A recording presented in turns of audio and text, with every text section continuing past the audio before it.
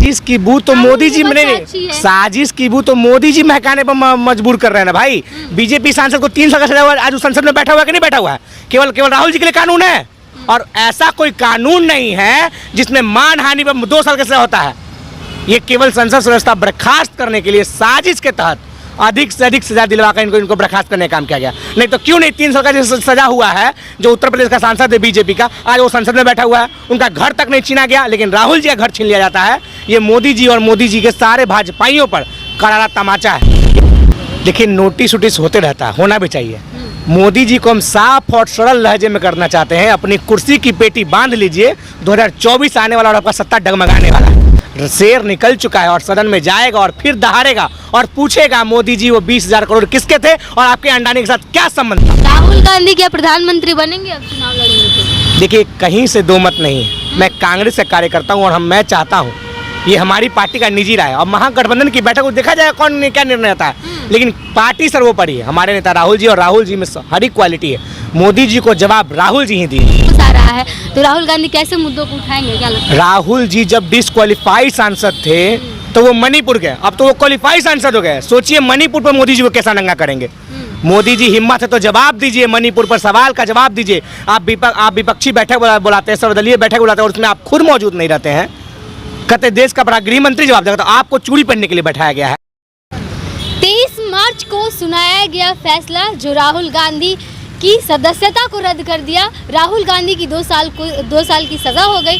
उसके बाद अब सुप्रीम कोर्ट ने जो अपना फैसला सुनाया उसमें सज़ा माफ़ी दे दी गई है राहुल गांधी को। इसके साथ ही राहुल गांधी की सदस्यता भी वापस बहाल की जाएगी और इसके साथ ही वो अगले साल चुनाव भी लड़ सकेंगे। हमारे साथ इसी मुद्दे पर बातचीत करेंगे कांग्रेस के युवा नेता हैं विशाल जी। इनसे बात करेंगे कैसे खुशी देख रहे हैं राहुल गांधी जी की सदस्यता। देखिए, भारत की जीत, नफरत के बाजार में मोहब्बत की जीत हुई है।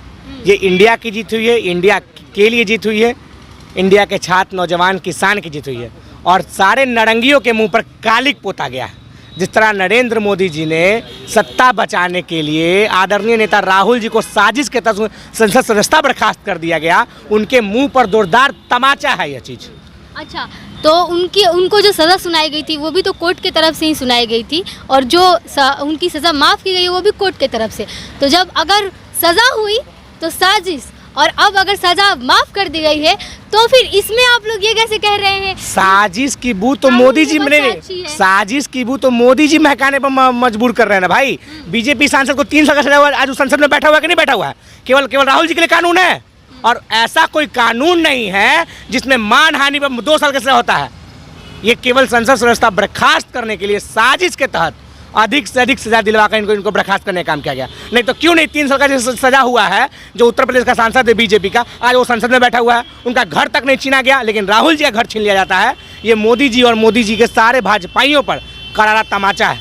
ये इंडिया की जीत हुई है, ये इंडिया वालों की जीत हुई है। एक तरफ से देखा जाए तो दिल्ली हाईकोर्ट ने भी अपना फैसला सुनाया, बैक टू बैक दोनों कोर्टों का फैसला आया, और दिल्ली हाईकोर्ट में इंडिया के नाम पर रोक लगाने से दिल्ली हाईकोर्ट ने इनकार कर दिया है, और इसके साथ ही केंद्र सरकार और इलेक्शन कमीशन को नोटिस भी भेजा है कि आपको क्या दिक्कत है।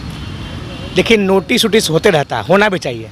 मोदी जी को हम साफ और सरल लहजे में करना चाहते हैं, अपनी कुर्सी की पेटी बांध लीजिए, 2024 आने वाला और आपका सत्ता डगमगाने वाला है। शेर निकल चुका है और सदन में जाएगा और फिर दहाड़ेगा और पूछेगा, मोदी जी वो 20,000 करोड़ किसके थे और आपके अंडानी के साथ क्या संबंध था?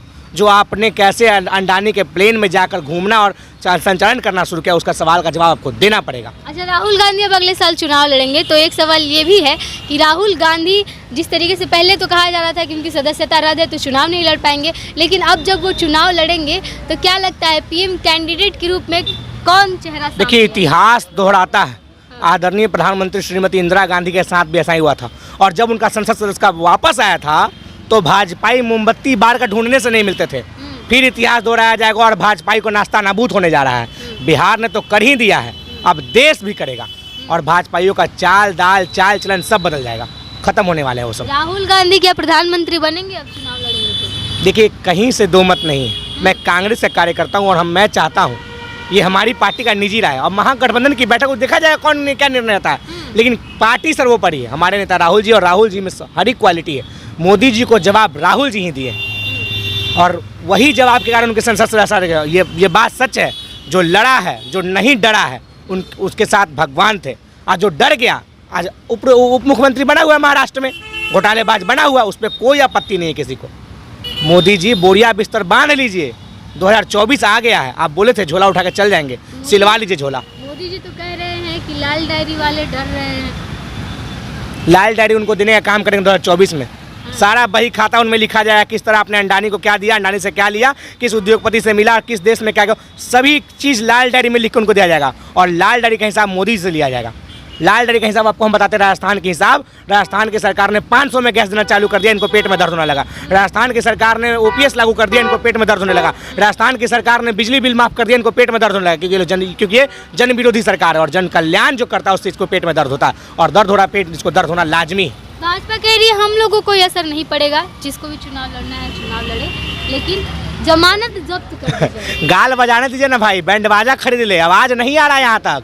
जितना गाल बजाने, कितना आतरा पातरा गोबर फातरा सब घूम रहा था, खूब प्रेस कॉन्फ्रेंस कर फल्ला ला कर रहा था। आज कोई नज़र नहीं आ रहा है, सबका इत्ती बित्ती गुल हो गया है, क्योंकि शेर आ गया संसद में और दहाड़ेगा तो अच्छे की पैंट गीली कर देगा। राहुल गांधी शेर है, इसलिए तो लोग डर रहे थे। बताइए ना, कोई देश में इतना सारा सांसद है, कोई पूछता है मोदी से सवाल? राहुल जी पूछने वाले, इसलिए उनका संसद सदस्यता बर्खास्त हुआ है और अब वापस आ गया है। मोदी जी डर गए हैं, अब निकलने वाले हैं। अब क्या राहुल गांधी जब वापस संसद कार्रवाई, एक तरह से कार्यकाल चल रहा है और ऐसे में राहुल गांधी का सदस्यता वापस आ रहा है, तो राहुल गांधी कैसे मुद्दों को उठाएंगे, क्या लगता है? राहुल जी जब डिस्क्वालीफाइड सांसद थे तो वो मणिपुर गए, अब तो वो क्वालिफाइड सांसद हो गए। सोचिए मणिपुर पर मोदी जी को कैसा नंगा करेंगे। मोदी जी हिम्मत है तो जवाब दीजिए, मणिपुर पर सवाल का जवाब दीजिए। आप विपक्षी बैठक बुलाते हैं, सर्वदलीय बैठक बुलाते हैं और उसमें आप खुद मौजूद नहीं रहते हैं। कहते देश का बड़ा गृह मंत्री जवाब देगा, तो आपको चूड़ी पहनने के लिए बैठाया गया है, तो चूड़ी पहनिए, नाचते रहिए।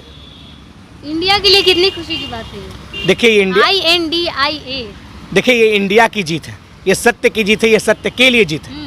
इंडिया के नौजवान छात्र किसान की जीत है। जिस तरह राहुल जी को परेशान किया गया है, हमारे यहाँ एक कहावत है, विनाश काले विपरीत बुद्धि। भाजपाइयों का उसी दिन विनाश हो गया था जब ये पटकथा लिख रहे थे, और अब शुरुआत हो गई है।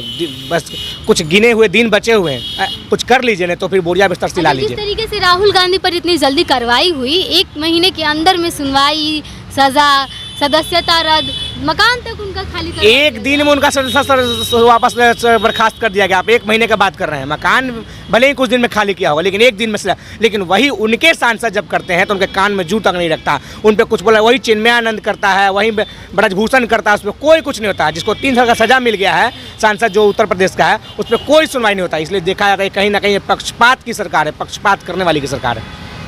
चलिए, तो राहुल गांधी की सदस्यता वापस मिल गई है और निश्चित ही राहुल गांधी जो है वो प्रधानमंत्री पद के रेस में अब शामिल हो गए हैं, क्योंकि अब राहुल गांधी भी चुनाव लड़ेंगे और राहुल गांधी की पार्टी की तरफ से यही मांग किया जाएगा कि राहुल गांधी को प्रधानमंत्री पद के उम्मीदवार के रूप में आगे किया जाए, इंडिया गठबंधन जो है उसके तरफ से। और इसके साथ ही कहा जा रहा है, हमारे साथ ही विशाल जी ने साफ तौर पे कह दिया कि अब जो है बीजेपी ये खबर सुनकर के बौखला गई है और जो लोग प्रेस कॉन्फ्रेंस करते थे, बयानबाजी करते थे, वो अब नज़र नहीं आ रहे हैं। इस पर आपकी क्या प्रतिक्रिया है, हमें कमेंट बॉक्स में ज़रूर बताइएगा। तब तक के लिए बने रहिए हमारे साथ, देखते तो भी अपोजिट में आपके साथ प्रिया।